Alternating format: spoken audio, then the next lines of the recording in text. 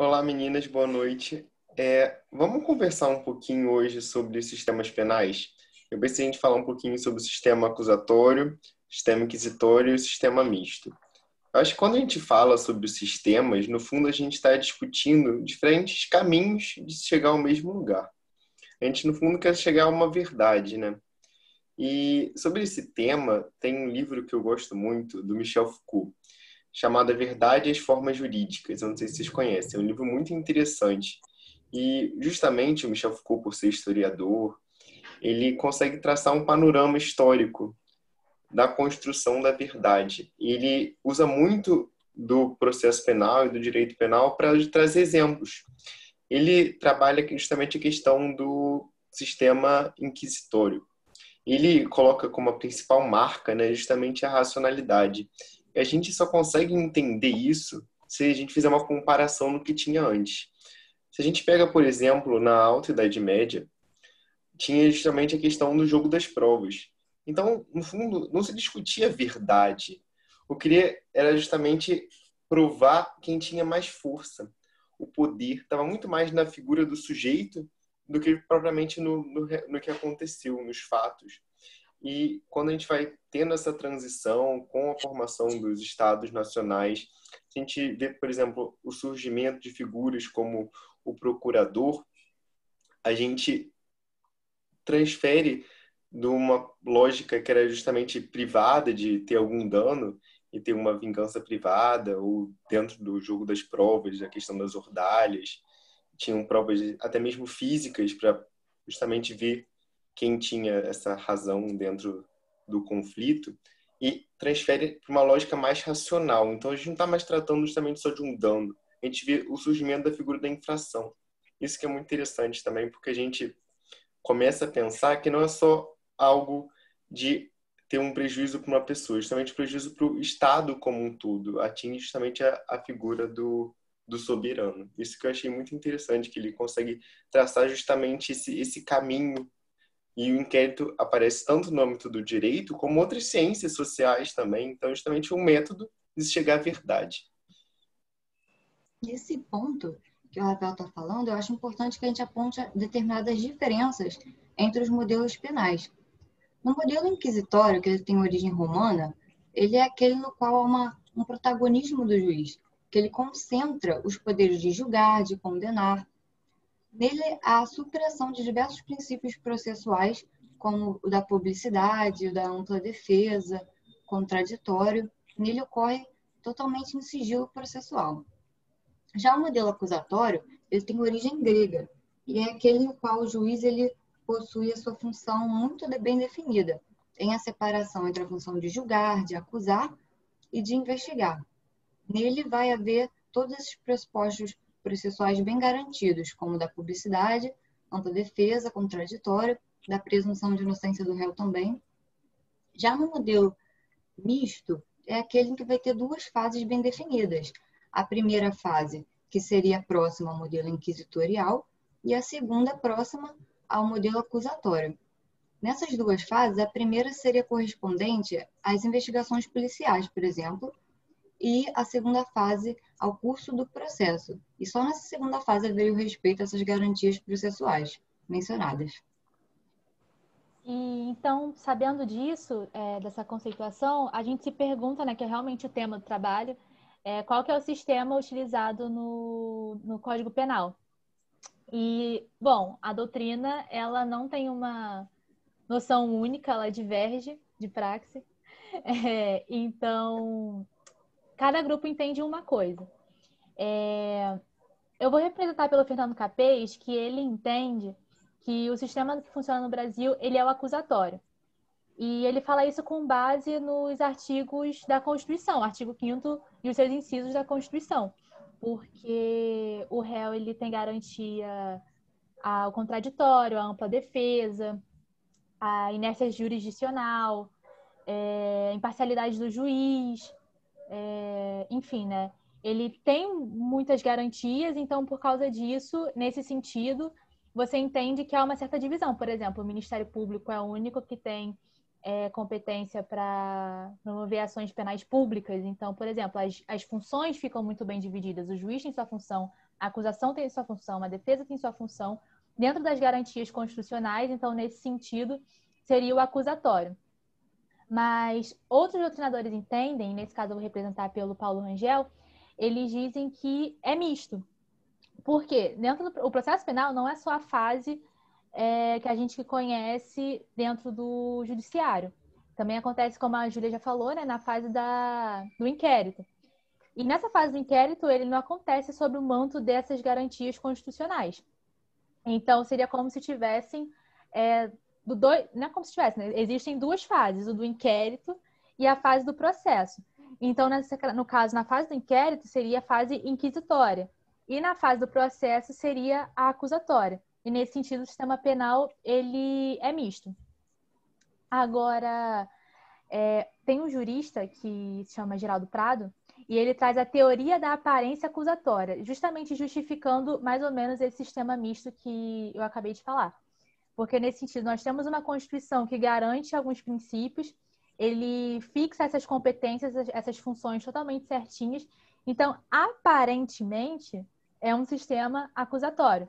Só que a gente não pode ignorar todas as fases anteriores que acontecem, principalmente que um juiz, no momento do seu julgamento, ele leva totalmente em consideração o que aconteceu no inquérito. Se essa fase ela é usada como base para um julgamento, não tem como fingir que ela não acontece e que ela não é essencial para poder determinar como que funciona o Código de Processo Penal. Então, por exemplo, no sentido do juiz poder produzir provas, no sentido da fase do inquérito, tudo isso faz questionar se realmente o Código de Processo Penal brasileiro ele funciona no sistema acusatório. Nesse sentido, seria misto, e eu acredito que nesse sentido talvez faça mais sentido de você não ficar dentro de uma lógica dogmática, dentro daquilo que está escrito, mas você levar para a prática. O que acontece na prática é isso. Lorena, tá sem som. Esqueci de colocar o microfone, mas enfim.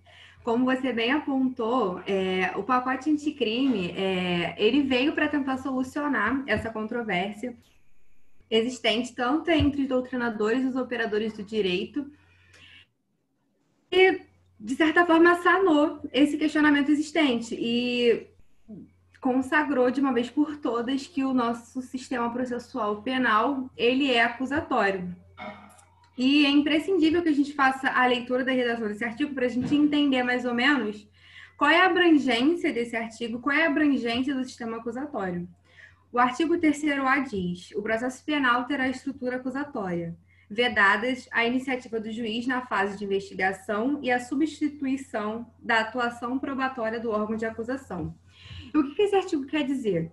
Ele garante que o juiz deve atuar como um mero espectador do processo, atendendo a requerimentos formulados pelas partes e tendo que decidir com base naquilo que é produzido sob o crivo do contraditório e da ampla defesa pelas partes.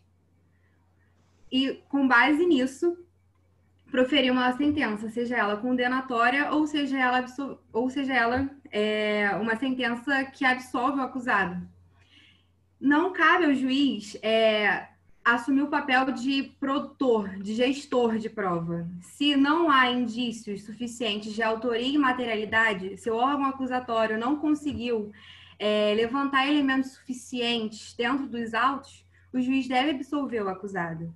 A gente está sob a égide do princípio da presunção de inocência, que é extremamente importante. A gente não tem que buscar a verdade real, que é o que muitos doutrinadores defendem. A gente formal daquilo que se é possível produzir dentro de um processo penal democrático, onde o juiz ele precisa estar equidistante das partes, onde o juiz precisa ser imparcial. Então, com esse pacote anticrime, artigos como 156, tanto os seus incisos 1º e 2º, que permitem ao juiz a produção de provas antecipadas, ou até mesmo a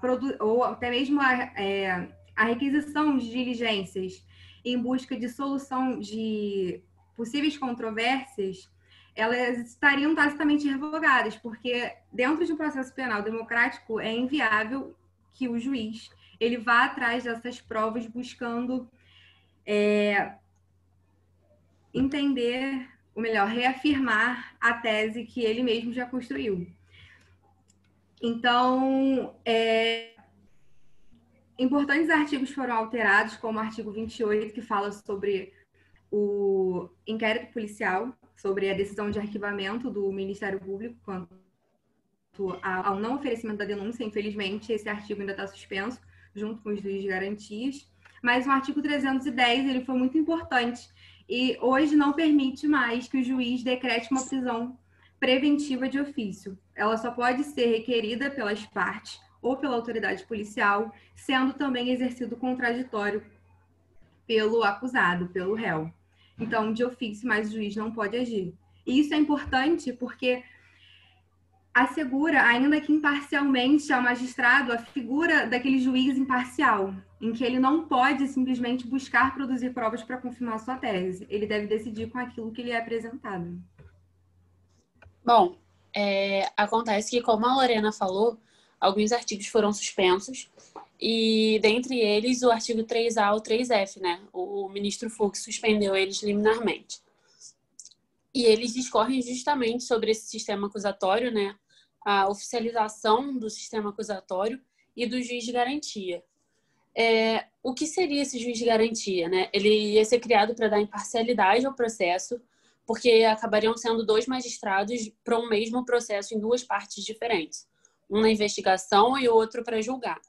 Né? E acabaria evitando a contaminação do julgador por evidências existentes antes da ampla defesa e do contraditório.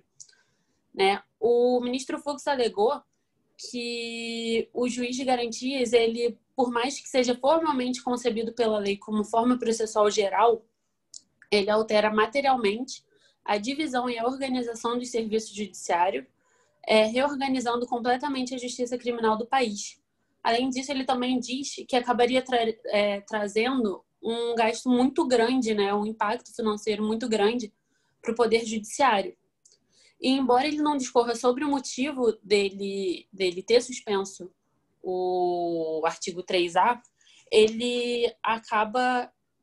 Esse artigo, ele implementaria, né, a estrutura acusatória, como a Lorena disse, mas ele acaba suspendendo ele também.